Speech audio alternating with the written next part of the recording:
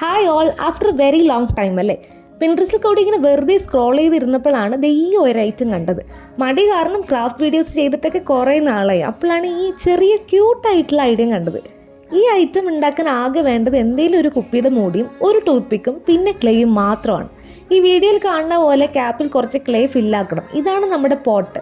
ഇനി പെറ്റൽസ് ഉണ്ടാക്കാനായിട്ട് ക്ലേ ചെറിയ ചെറിയ ബോൾസ് ആക്കി അത് പരത്തി നടുക്ക് കൂടി ഒരു വരയൊക്കെ ഇട്ട് എന്നിട്ട് എല്ലാ പെറ്റൽസും ഒരുമിച്ച് ഒട്ടിച്ച് കൊടുക്കുക. പിന്നെ 2 ലീവ്സ് കൂടി ഗ്രീൻ കളർ ക്ലേയിൽ ഇതുപോലെ ഒന്ന് സെറ്റാക്കി കൊടുക്കണം.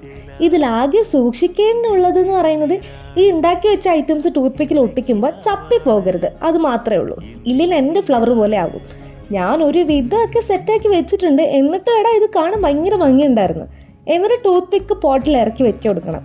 സിമ്പിളാണ്, but very very cute decor എന്നൊക്കെ വേണമെങ്കിൽ പറയാം.